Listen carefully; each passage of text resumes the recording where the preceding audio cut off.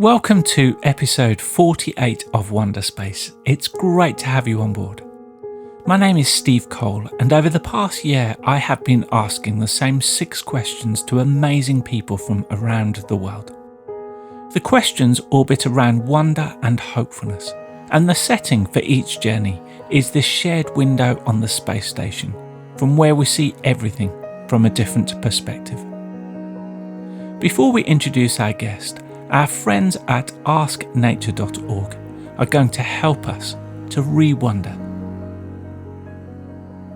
What gives the hummingbird its hum? It's not in how it sings, it's all in the wings. Most birds flap vertically, with the downstroke creating a pressure wave in the air that we hear as a whoosh. Hummingbirds tilt their wings at an angle to the ground and then flap in a horizontal figure-8 pattern.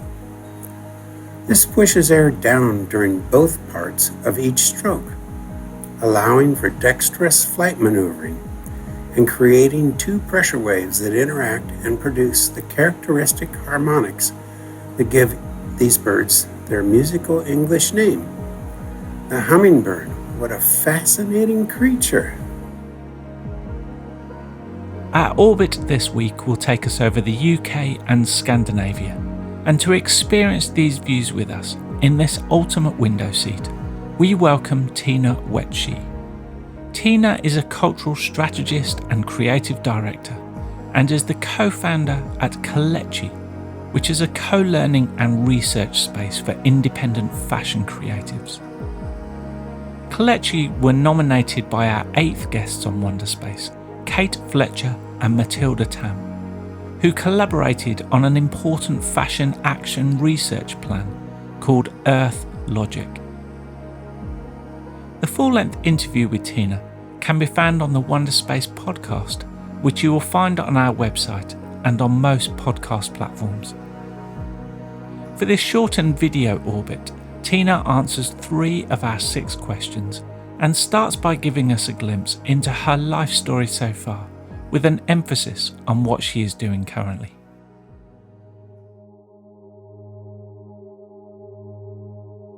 Born, raised in London. I guess I don't think I come out of London enough. I think it's so interesting kind of coming from such an urban city, I guess an industrial space, where it's just kind of work from the go. I remember being young and one of our teachers saying that our school uniform is almost like we're little business people and we're just kind of prepared for that world already.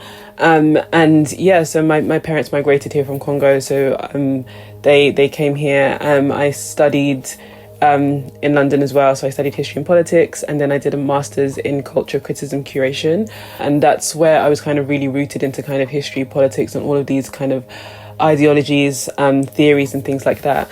And then thinking about how do we kind of show that to people? How do we create different ways for people to understand new ideas or to kind of see a reflection of the position that we're in? And I think from being someone who's always been in this one space, you always just have to use your imagination of what else can it look like. And going on to Colèchi. So Colèchi is a fashion research agency and collective. So we're all about kind of using collaboration and community in order to kind of think about how can we innovate the fashion space? How can it be kind of independent facing? How can it be people, planet and earth facing?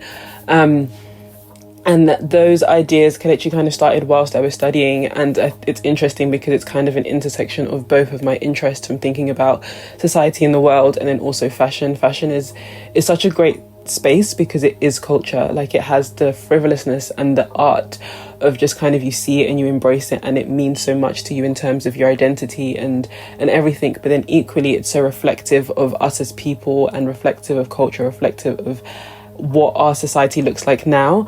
And I think being able to talk about all of the different things in the world, how we live in the world through fashion is such an interesting thing.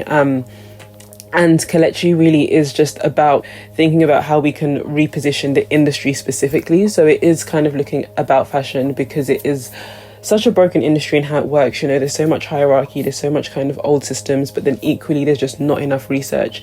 It's so rooted in kind of colonialism as well, in terms of materials, in terms of how we think about how we're sourcing our relationship with the Western world and the global South. So there's just so much discussion and conversation, and so many things that are rooted in how we've come to the society that we are now.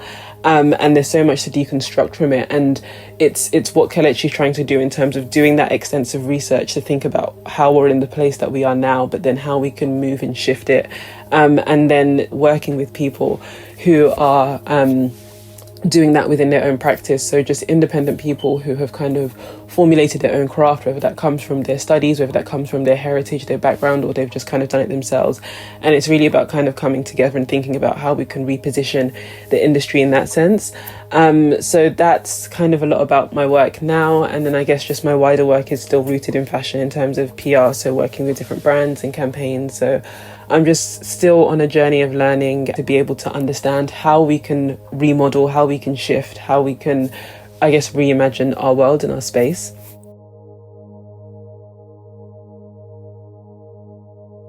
So my story of hopefulness is Pen People Empowering People, which is a non-profit organisation that works with local residents, community organisations, in order to kind of like bridge this gap between the council, institution, charities, and give local people, I guess, the agency and the opportunity to be able to showcase their talents and to be able to exist within their local space.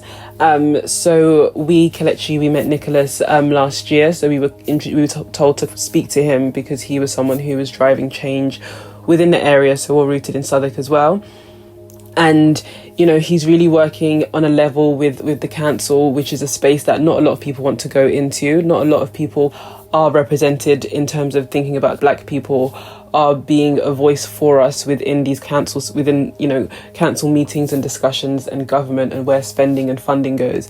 And he's really kind of spearheading Southwark as an agenda, young people within Southwark especially, to be able to have that ability to take space and to have space within all the regeneration that is happening and all of the changes. So, you know, arts and culture wants to be at the forefront of a lot of boroughs that have been neglected for a long time. And Pen People are really about kind of giving young people, especially agency, and not just young people, just local people who have the ability to do so much but don't have that recognition. So they do this, they give a platform, they have some studio spaces in Old Kent Road where they can give people kind of like training, and they give people the ability to start their practice or what they need to do. There shouldn't really be an issue where, you know, people should have to move out. We should be able to kind of have the agency and the ability to do what we do in terms of arts or culture or whatever within our areas.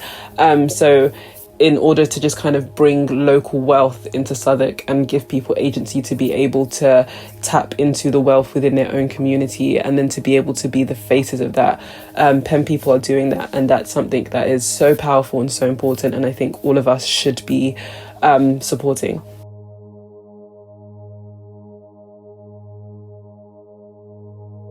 Someone said this to me last year, and they literally just said, hold your space, which it doesn't mean much when you kind of say it, but when I kind of like, I guess, unraveled it, it was really just about kind of whatever you believe in, that's what you need to seek, and that's the only thing that you need to seek. And it's as simple as that, in a sense of it doesn't have to be so complicated. And I think I'm someone who overthinks and sometimes wants to tap into many different things at the same time. But you realize that whatever you're doing is always rooted in one thing.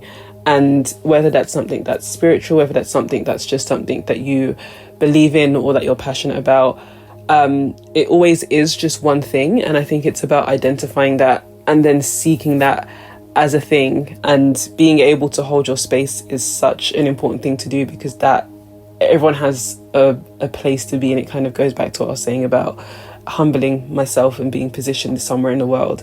And it's like, if every single person has that responsibility of whatever that they're doing and they're constantly doing it, then we work in unison, and that's what it's all about.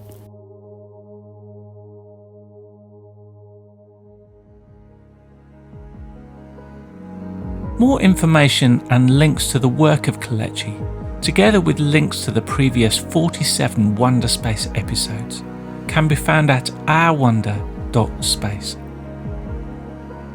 I want to thank Tina for joining us on this Wonderspace. and I hope you can join us next week for more wonders and stories of hopefulness.